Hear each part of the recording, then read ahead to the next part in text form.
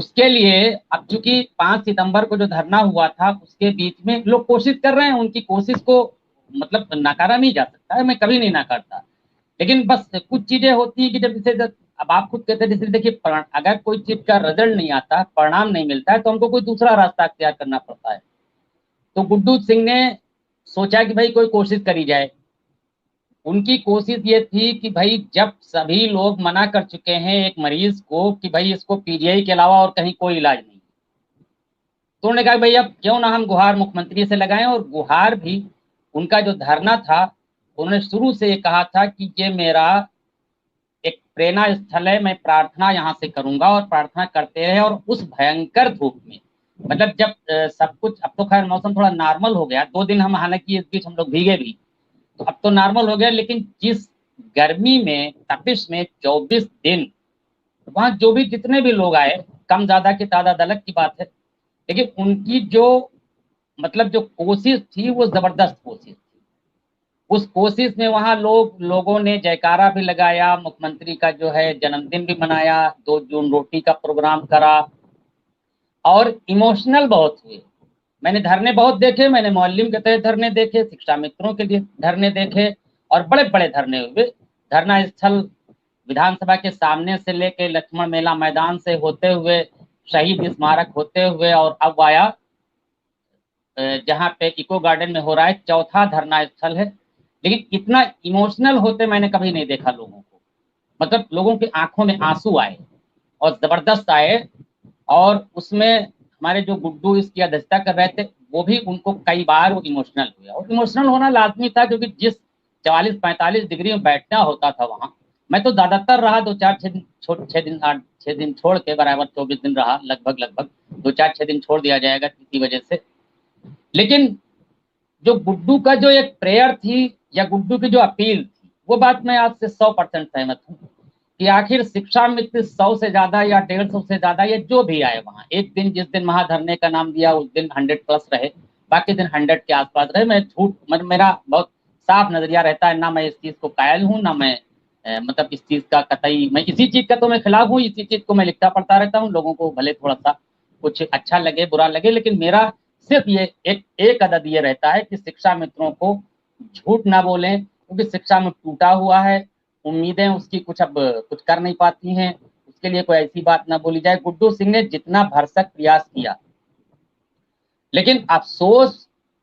कि जैसे इस वक्त जैसे आपने बताया कितने लोग देख रहे हैं, इसका मतलब शिक्षा में तो बाकी लोग परेशान नहीं है, ये बात तो निकल के तो यही आती है कि अगर ऐसा होता तो जैसे उस पर एक आया कि भाई टेट टेट टेट पास और टेट फेल का अगर मुद्दा ही ले लिया जाए, तो 50,000 के आसपास लोग टेट पास थे। तो आखिर वो कहाँ थे? उनकी टेट की मार्कशीट तो 6 साल के बाद बर्बाद हो जाएगी, खत्म हो जाएगी, किसी के 6 साल के बाद, किसी के अगर यही स्पीड में काम हुआ, और जो हालात हैं बड़े खतरनाक हैं। मैं तो बार बार बोलता हूँ, मैं तो मुख्यमंत्री जी से विनम्र निवेदन करता हूँ कि भले वो किसी से न मिले, लेकिन शिक्षा मित्रों का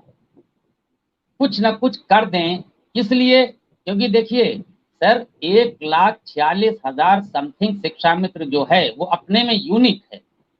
वो काम करता है, उसको जो भी जिस डिपार्ट का भी काम दिया जाता है, शैक्षणिक काम के अतिरिक्त भी उसको बड़ी खूबी अंजाम देता है। अभी देखिए समर कैंप भरी गर्मी में हुआ, अब देखिए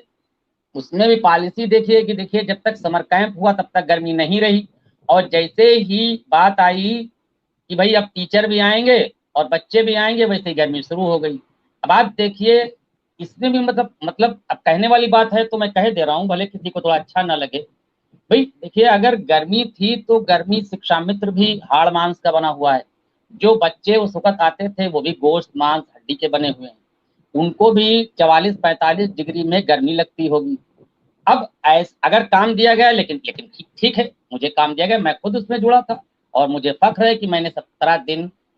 वर्किंग डे, और जो भी 20-22 दिन चला, उसमें हमने जो हो सका भरपूर कोशिश की। मगर सवाल फिर वही है कि वो भूखा है, वो प्यासा है, वो मौत की तरफ बढ़ रहा है, अपनी आखिरी उम्र की तरफ बढ़ रहा है, उसका काम कब होगा? एक मतलब सीधा सा सवाल है कि उसका काम कब होगा। अब उसमें सर अगर कोई कहता है, मंत्री कहता है, विधायक कहता है, मैं उसका स्वागत करता हूँ, मगर सवाल तो सर ये है कि जैसे एक टर्म 5 साल पूरा हो गया, दूसरी बार इलेक्शन हुआ, दोबारा भाई जनता ने आपको फिर चुना, तो चुना किसी उम्मीद से चुना, अच्छी बात है। लेकिन आप खुद सोचिए कि पूरे 5 साल पिछले बीत गए, आपने 17 के बाद 1 रुपया मानदेय नहीं बढ़ा, 1 रुपया। मैंने जैसे एक दिन कहा था कि खबर क्या होती है, मतलब 1 रुपया अगर मानदेय बढ़ जाता तो मैं ये मान लेता कि 1 रुपया चूंकि बढ़ा है तो अब 10 भी बढ़ेंगे, 100 भी बढ़ेंगे। 1 रुपया न जिसका बढ़ा हो, 8 साल में सरकार दोबारा आ जाए और तब भी वही बात बोली जाए, तो सर ये कितना मतलब हास्यास्पद है, कितना दुखद है, कितना खेदजनक है। अब जैसे आपने पूछा कि गुड्डू जी का जिद थी, हट थी, और मैं उनकी हट में, उस जिद में, उनकी प्रेम में शामिल था। मगर सर वहां जो हालात हुए, 17 तारीख को उनको बुलाया गया और जो वहां बातचीत हुई, उन्होंने कहा देखिए सर, मैं सिवाय मुख्यमंत्री जी के अलावा मिले के बगैर मैं धरना नहीं खत्म कर सकता।